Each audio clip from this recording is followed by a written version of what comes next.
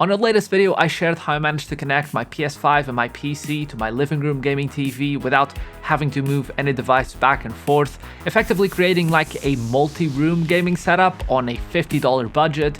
And this time round, I just really want to focus on OLED. What really makes gaming on an OLED display so special, and more importantly, if you're used to playing on like an IPS gaming monitor, how big of a jump should you be realistically expecting from jumping to playing on an OLED display?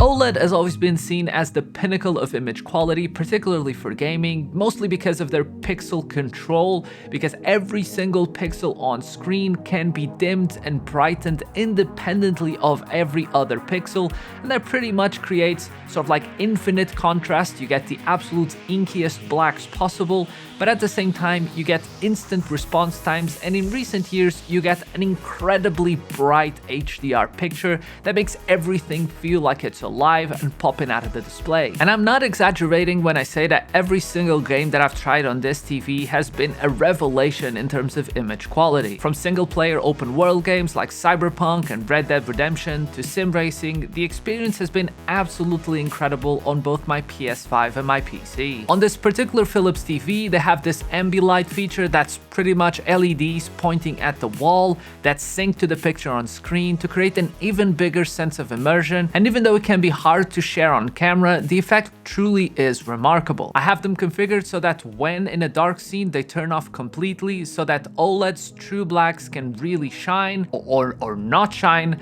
and in most situations the effect is mild and sort of fades in the background, which is a statement to how well integrated they really are. Of course, this sort of effect won't really work well if you have your blinds open and a lot of sun is rushing into the room. If you have a studio light pointing at your head, it's gonna be severely diminished. But you know, if I'm playing a single player game and I really want to get into it, I'll have the blinds closed, I don't have studio lights pointing at me, and the effect truly can be able to shine. In the past, I've tried to simulate something like this with hue play bars behind my main monitor. I still use them, they're great to give like a backglow to the screen, but at the same time, the syncing was never truly perfect, and this sort of implementation is leagues and leagues ahead of what I was trying to do years ago.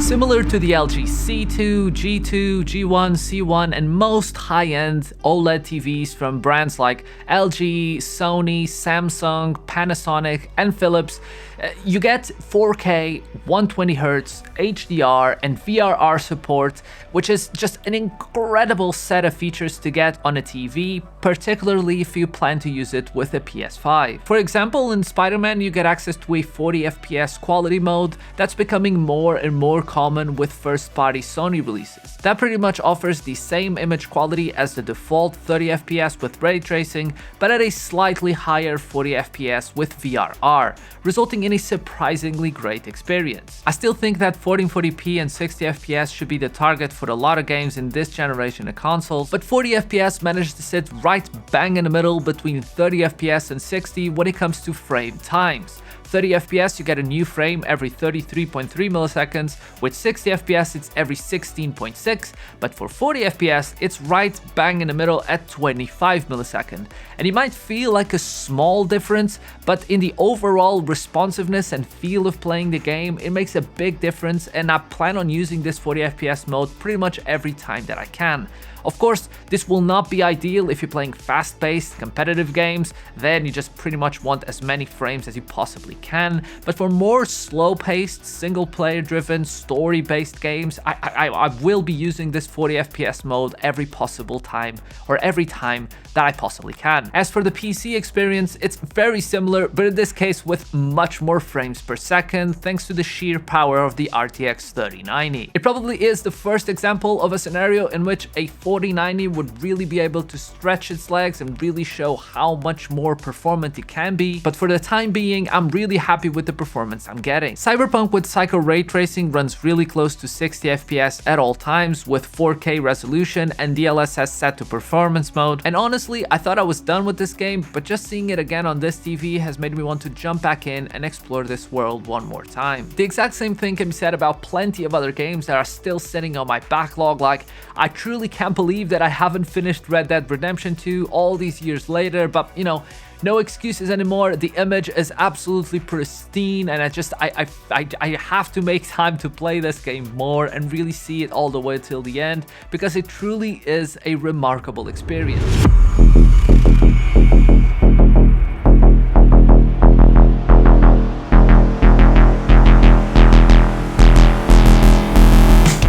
As many of you know, sim racing has been a real passion of mine and something that has been growing on me over the past year, and finally being able to increase the display size that I play on has had a massive impact, probably bigger on this type of games than on any other game genre that I've tried before.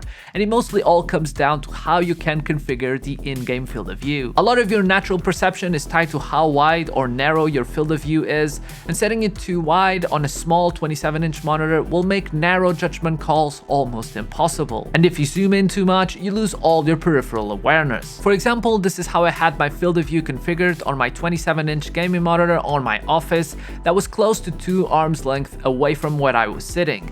And this is how I can configure it on the TV. It gives me the same overall perspective, but I just get to see way more around me, and 9 times out of 10 that I'm racing these days, I will be doing it from the living room because it simply is so much better. Also, when playing from the cockpit cam, the added depth that you get from the increased contrast of OLED really makes the interior pop and have this sort of 3D effect that I really wasn't expecting to be this impactful, and I'm so pleasantly surprised. All in all, I'm incredibly happy with my purchase, but if you have an OLED TV, you know what I'm talking about. It truly is a transformative experience, and honestly, I just can't wait for a future where PC monitors from 27 to 32 inches in a 16:9 fashion have glossy panels, OLED panels at around $500 with 1440p and 240 Hz. I mean, I'm ready for that. I mean, it truly is a transformative display technology that has been somehow kept away from us PC gamers, and having a fast monitor like that with OLED, the inky blacks, and the instant response time, it will be just incredible for fast-paced multiplayer games. You know, there's LG launching one monitor right now, but it's $1,000. It's a matte panel and has some quirks for being a first-generation product, but I'm so ready for that to be a reality. And just as a final thought, I just want to briefly touch in on burn-in. I think a lot of people tend to exaggerate and over-exaggerate the real-world impacts of burn-in. If you play varied content on your screen, I really don't think you have too much to worry about. It's only if you plan on using your TV as like a PC monitor, maybe then you have to take a little bit of care to avoid having like an Excel document full screened on the display all day long. That will inevitably have a side effect, but for general use to play games, however long you play those games, and even if you're like me and plan to turn off some of the protective mechanisms that come pre-enabled on the TV to absolutely get the maximum peak brightness out of your display, even then, I'm not too worried. It's 3 months later, of course, it's a short amount of time, but I see nothing on my screen, and there's nothing that made me believe that something will happen, because even retention, I haven't really seen it happen at all, which is pretty much the temporary version of burn-in. When you have something on your screen too long, then it fades away and you see sort of like a trail stay behind for a couple of seconds. I haven't even seen that, so I'm fairly confident that I'm gonna be in the clear. But you watched it all the way until the end. You don't really enjoy OLED, no technology for you, just here for some good old feline action, and I'll surely and very gladly share that with you. If you enjoyed the video, never forget to subscribe and leave a like, and maybe type some comments down below. I'm always reading those, and yeah, I appreciate you guys, and I'll see you guys very soon. Bye.